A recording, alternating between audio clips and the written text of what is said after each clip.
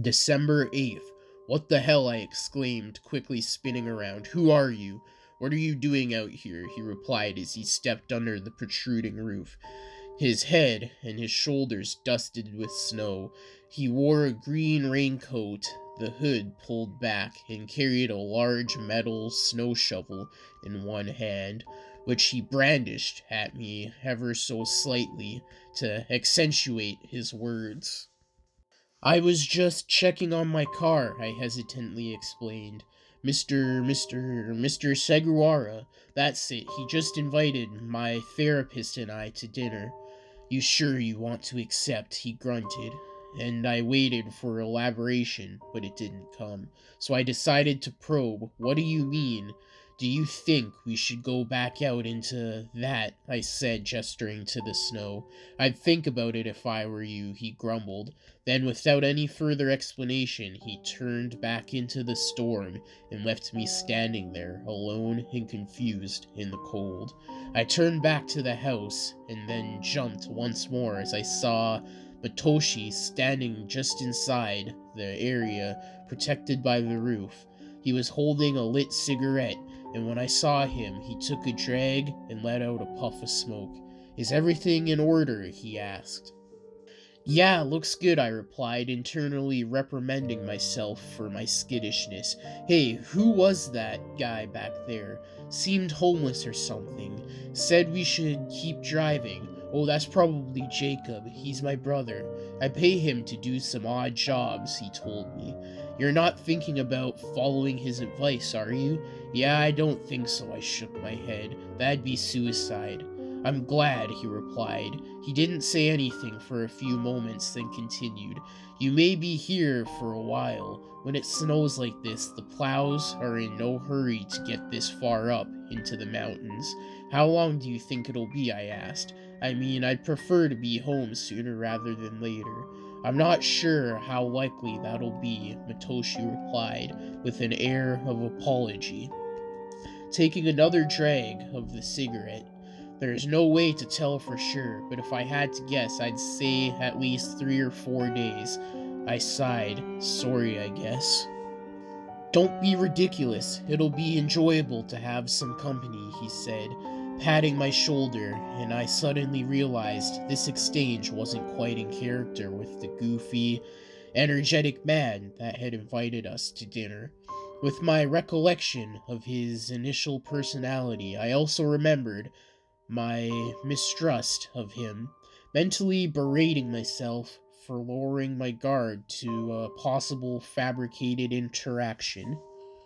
I wasn't explicitly trained in recognizing lies or manipulative behavior, but you tend to gain something of a sixth sense about things like this when you're a cop, and that sixth sense was going off right now.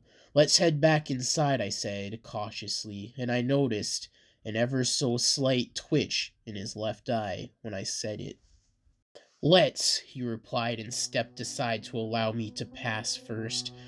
We re-entered the house, and he directed me down a few hallways until we reached the dining room, where Susan sat along the table, empty except for her. 3 places were set, Susan's one across from her, and the last between the two at the head of the table.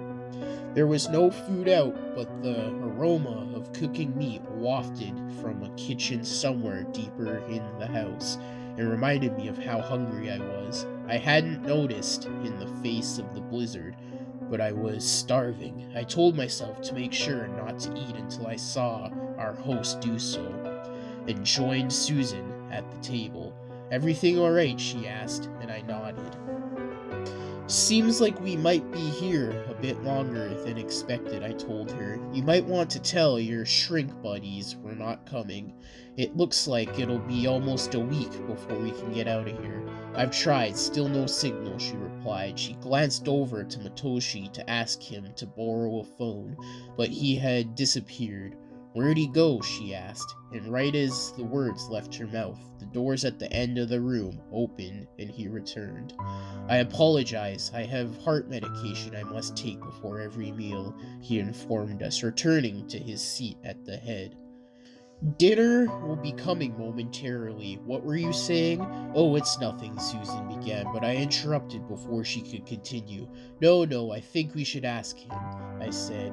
Matoshi, do you have a phone we could use? We want to call ahead to the retreat center and the others. Tell them we're alright. Certainly, he replied, an unexpected answer. There's a phone down the hall and to the left, he added, gesturing to the door behind him. Susan left to make the call, but she returned less than a minute later, a confused expression on her face. It was out, she explained. Nothing, just a dial tone. That's strange, Matoshi observed, sitting back in his seat. I would have thought the power would go out before the phones, or at least simultaneously. Yes, strange, I concurred, staring at him for a moment. He seemed genuinely confused by it, but I had a feeling that sort of genuine emotion was easy for him to fabricate. However, before the conversation could develop, there was a flurry of activity as dinner was served. Servants streaming into the room, laying out dishes in the center of the table, and it was a luxurious meal. I noticed that it was served family style, meaning we'd all be eating the same food, and that assuaged my fears slightly. I still waited for Matoshi to take the first bite, but when I saw that he had no adverse side effects, I began hungrily devouring the meal. Conversation was sparse as we ate. We were all quite hungry, and we finished the meal quickly. When we had, Matoshi leaned back in his chair and suggested we retire for the night. Suzanne and I both agreed, and he had servants bring us to our rooms. Then the stress and fear of the day hit me. I collapsed onto the bed and fell asleep in my clothes. It was a short, dreamless sleep, and I woke up an hour later. I knew something was wrong. My head had cleared, and I realized I'd certainly been drugged. I'd always had an ingrained tolerance to sleep-inducing drugs, and it may have saved my life just then by pulling me from the forced slumber before expected. Cursing my ineptitude, I sat up in bed, the drowsiness fading fast. A glance at my watch told me that it was 11 o'clock, which meant that they'd had the time to do something with me, but hadn't. I swung my legs over the side of the bed and checked my pockets, which were empty, except for a utility pen and the keys to Susan's car. The items I had in them prior to being drugged. It at least meant they hadn't searched me. After checking my person, I glanced around the room. It was fairly big. I estimated it to be about 20 by 18 feet, but there weren't any closets or bathrooms. In fact, there was absolutely nothing except for the bed, so I quickly stuffed several pillows under the covers, perhaps a childish measure, and one that may be futile or pointless, but that's a risk I was willing to take. I stood up, still a little wobbly as the remnants of the drugs coursed through my veins. I steadied myself, then crept towards the door. After slowly opening it and slipping through, I let it close quietly behind me and found myself in a hallway, the end of which was about 20 feet to my right. Well, to my left, it continued for about 50 feet before splitting off to the right and left. The hallway had a bland color scheme, a lot of beige and yellow, and it was bright, lit by lamps every 10 or so feet. It was a stark change from my room, where no light whatsoever was allowed in. I could see 4 doors in the hall, including the room I had just left, 2 on either side. I tried the handles of the ones across from me, both of which were locked, but when I tried the room adjacent to mine, the door was opened. I entered and saw exactly what I'd hoped for. Suzanne was there, laying sprawled out on the bed. I let the door close behind me and hurried to the side of her bed, my eyes readjusting to the darkness. I scooped her up and knelt down and rolled her under the bed, hoping that the assumption would be that we'd both be woken up early and that our captors wouldn't bother searching her room. I stuffed pillows under the blankets as I did in my room, and once the scene was set, I decided to begin investigating. I returned to the hallway and walked left until I reached the end, where it split off in both directions. I didn't see any security cameras, and if there were any in the interior, they'd certainly be at the intersections like this, so I felt comfortable in the belief that there was no surveillance system in place. To the left, the hallway continued for a while, with several doors on either side, until it curved out of sight. To the right, however, the hallway only went about 20 feet before ending in a large metal door. The door intrigued me, so I looked closer, taking guesses as to what could be behind it. But then, as I examined it, a powerful feeling of dread washed over me. A shiver ran down my spine. I nearly felt sick, and suddenly I was rooted in place, unable to move. The fear washed over me in waves, a strange, primal fear that I assumed wasn't too far removed from what ants felt before a child fires them with a magnifying glass. Something was behind that door, sure, but whatever it was, I didn't want anything to do with it. After several moments spent terrified and transfixed, I managed to pry myself away from the dark hallway. I backed away slowly at first. Then, as I returned to my senses, I began to put as much distance between myself and whatever was behind that door. As I made my way back into the rest of the mansion, I was able to forget about the odd experience, as I was in a den of lions and surviving took up the majority of my attention. The doors down the hallway to the right were all locked, and none of them had windows, so I had no choice but to continue on. The curve of the hallway was at such an angle that I wouldn't be able to see what was coming until I reached it, so I advanced cautiously, straining my ears for the sound of footsteps against the carpeted floor. They didn't come, but another noise did. I furrowed my brow, certain I was experiencing auditory hallucinations.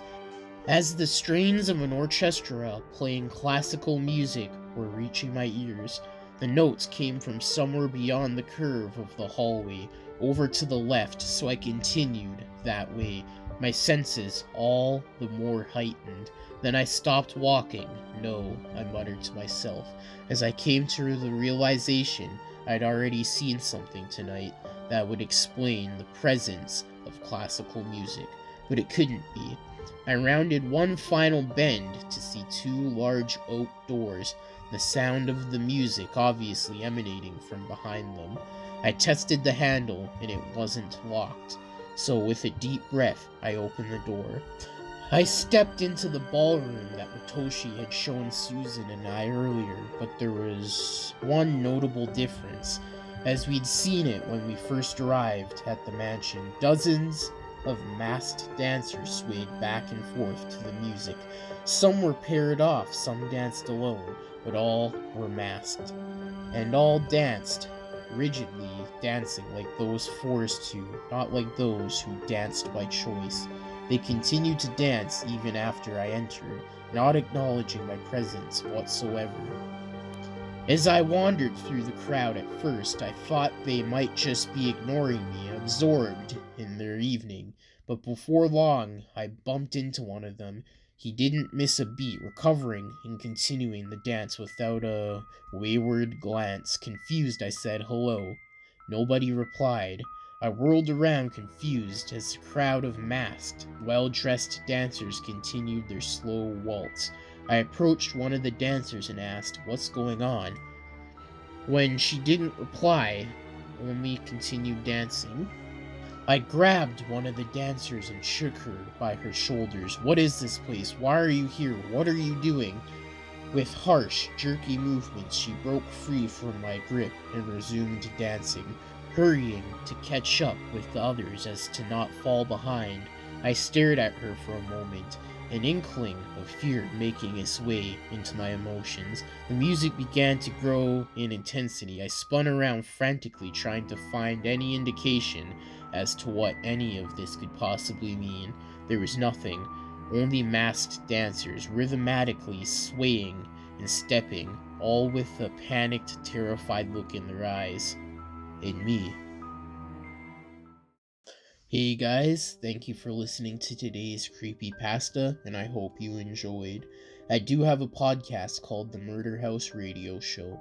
Check it out, the link will be in the description below. It is a true crime podcast. But if you did like, comment, subscribe, and share for more. Hit the bell notification when you subscribe and select all to get all notifications whenever I upload. I upload 6 days a week, Monday to Saturday, at least one video a day. Now all the long episodes and full series of creepypastas are on all the major podcasting platforms under the name deadly_zone_narrations. There will also be a link for it in the description. Also, go follow all the social media accounts. They are in the description below. I do have a subreddit called Deadly Narrations. The link will be in the description. Also in the description are the sources to the creepypasta and the music used, so go check those out. Let me know what creepypasta you would like to hear next, or what creepypasta series you would like to hear next, or if you have your own creepypasta you would like to hear. Send them to me on any of the social medias, in the DMs, or to my email address, which is also in the description, or leave them in the comments below. Also in the description below is the author's social medias if they have any listed. But that's it for today's creepypasta. I hope you enjoyed it. Until next time in the Deadly Zone, stay deadly and stay spooky.